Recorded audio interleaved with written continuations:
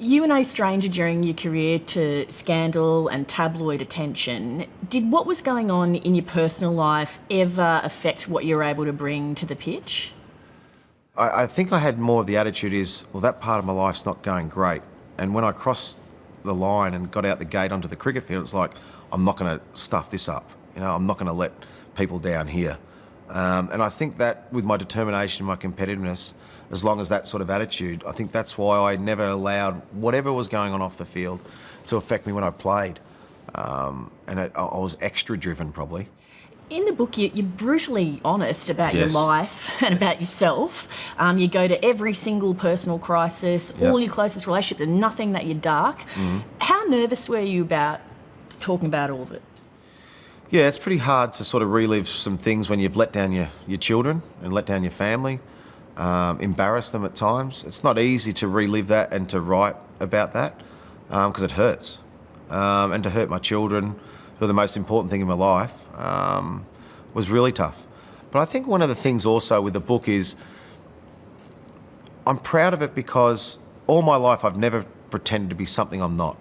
I've always been straight up, I've always been honest, and people might not like what I say, but I think they respect it.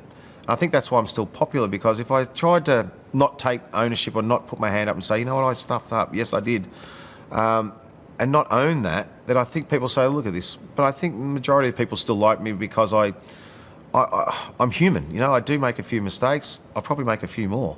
You write that you've tried to live up to the legend, or as you Yeah. say it, the myth. What's the stuff about you that you think is the myth? Well, perception doesn't always equal reality. And I'm not a human headline. And I think people sometimes, not everyone, but a majority of people think they know me. And most people, even if they don't like cricket or whatever, they have an opinion about me. Good, bad, whatever it might be, even if they don't like me, they still talk about me. What do you think they think? Well, they think they think you're a wanker. They might think you're an idiot. They think you've got no idea. You think you're dumb. They think all those sorts of things. And just because you make a few mistakes, it doesn't mean you're all of those things. You might make some silly choices and some silly mistakes, but that doesn't mean you're an idiot. So I think when I say I've got to live up to the legend, say a few of my mates, we go out for a beer just to hang out or let out some steam. You're suddenly in a club and you think everyone's going, oh, Warner, you're a legend, which is awesome, right? It's great. But suddenly you can see them all looking over and you want a beer, let's do some shots. And I go, oh yeah, come on, let's do some. So suddenly you feel like, even though if you don't want to, you sort of feel like you're public property and you don't want to let them down. So it's like, okay, let's do it. And suddenly you have 4 shots with this guy and you have 3 shots with this guy. Hey, you're a legend, high five, which is great. But I would much rather be at home on the couch with a couple of mates having a chat about sport, having a chat about anything, or be with my kids watching a movie. You say in the book that you've only had 2 serious relationships with Yep. your wife Simone and with Elizabeth Hurley. You're single now. What's that like?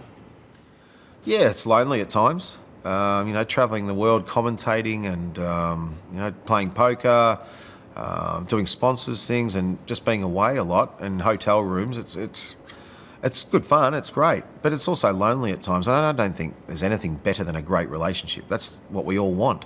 Everyone wants a great relationship. But if you can't have a great relationship, I think single's the next best choice. I mean, how do you know as well when you meet somebody that you can trust them? That's the hardest thing. And sometimes you don't meet people or don't allow people to get to know you because you're scared and worried that they're going to sell a story or do whatever. So, I've tried dating apps, I've tried all those sorts of things too. And most of the time, when I've met someone for a drink or for dinner or anything, it's always been through a friend. They've said, oh, look, I've got this, lovely person. You two will get along great. And I'm a bit like, well, yeah, okay. And then what happens if it's no good straight away? You don't want to be... So I'm not sure about that either. So it's tough too because I don't want children. I don't want any more children. I've got 3 great kids. Now, who knows? My life, I'd never say never, but in my head, I don't really want to... I'm 50 next year.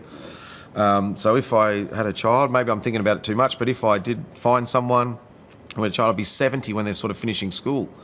And I've sort of done those hard yards of the school run and the drop-offs and the sport on the weekends and all that stuff. So I don't really want to go through that again. As much as I love children, I do. I love them. So it sort of You can't. Younger people, if you meet, are going to want children, and older people that my age would have children. So then do I say, you fall in love, and then you say, well, let's move in together, move in with me. But my children aren't with me, but I'm raising someone. So it's like a real difficult thing, and maybe I'm overcomplicating it.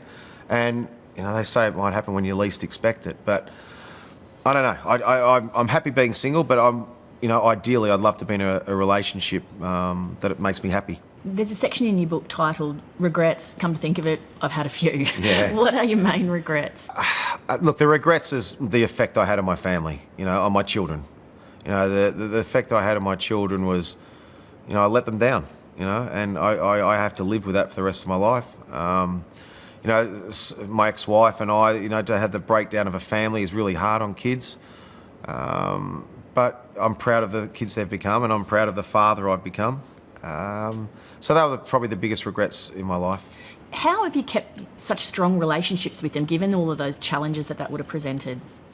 Honesty with them, and being honest with them about, saying, I'm sorry, I let you down, my mistake. And, they hurt by that, but they've forgiven me, and they understand me, and they want me happy, and they also got to accept of who I am. There's no point in them wanting me to be something I'm not. So I think they accept me for who I am. Yes, I embarrass them, and I think part of that's my job as a father to embarrass them. Maybe not the way they, embarrass them in different ways, like wearing bad shorts to the netball or something like that. But, as I said, I'm disappointed with that, but our relationship is great, and I'm so happy for that. You go through in great detail all of the various scandals that happened over your career, the fine for match fixing. One or two. The diuretic issue, Yep. the tabloid paper stuff, the investigation into the Shane Warne Foundation. Yep. Of those events, what do you think has been the lowest moment personally for you? I think when... it was only a short time, which is great, was when people thought I was a drug cheat. I'd like to say that I'm absolutely devastated and very upset at the committee's decision for suspending me for 12 months, and I will appeal. I feel that I'm a victim of the anti-doping hysteria. I also want to repeat, I have never taken any performance-enhancing drugs, and I never will. Like, I'm just anti-drugs. I don't do drugs. I've never tried cocaine. I've never tried any of that stuff. And so when people found out that I'd failed a drug test, they thought I'd taken drugs, but really I'd taken a fat pill off my mum. And the reason I never ever blame my mum, ever. And it sort of annoys me that people blame my mum. It wasn't fair. All I said was I got it from my mum, because otherwise people might have thought, oh, diuretic, where'd you get it from? Black market. I was just being honest about where I got it from and how simple a mistake it can be for anyone. I think the other thing was the foundation. The people on the board, to be accused that you were taking money from the foundation or throwing parties for your friends when we raised over $4 million, and to see the time and the effort that the board put in, that I put in, my own money I put in to make a difference to children was very, very hurtful. I often wonder with professional athletes when you've retired, all the drive you've been talking about, all that competitive instinct. I mean, where does that go? Yeah, it's hard to replace. That. I've been lucky. Poker is super competitive. It's a game of skill, and I've always loved the strategic side of sport and the tactical side, and getting into the brain and the mind of people. So sitting down at a table of 10 people and trying to work out who's who, and trying to beat this guy and trying to outthink someone, it gets me. In your dreams at night, do you ever dream that you're still playing cricket? No, my dreams don't involve cricket. I can promise you. Quick, cut. No, my dreams are, there's no cricket in which I play. I think I miss the camaraderie. I think I miss just the silliness of being in a team, the banter, travelling around in a bus, and just the silly pranks and all those sorts of things.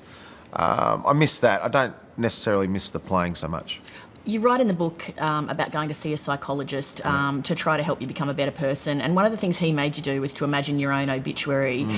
If you're really lucky, you're one of the lucky people in life, you might have another 30 years of life left. What do you want to do with that time? Yeah, I encourage anyone, if they've got any issues whatsoever, to please go and see someone, because it's important to go and talk to someone. I was a bit like, don't need that. And then when I started dating Elizabeth, and I wanted to become a better person, not just because of her, but because of the kids. And I just said, you know what, I'm sick of the rubbish. I want to be better, and I wanted to understand why things happened. And I got Jeremy Snape, who's become a great friend. And, you know, one of the first things we did, we had a week in a hotel room, basically. He said, it's going to be brutal. I said, bring it. Let's go. I want to understand this. And the first question, he said, you got to write this. He said, write your own obituary. I went, right. And I had a few goes at it. And I didn't like, at that stage, I wasn't happy with who I am. And I felt I needed to change. I needed to do a few things and be better. And I've tried, and I think I'm doing a pretty good job. That was, I think it was 8 years ago now, 7 or 8 years ago. As you say, maybe I'm getting a little bit wiser. Maybe I'm maturing. But I know I'm happy with who I am, and I understand myself. So that's half the battle. And it was a very worthwhile week. Shane, it's been an absolute pleasure to talk to you. Thank you so much. No, thanks for having me.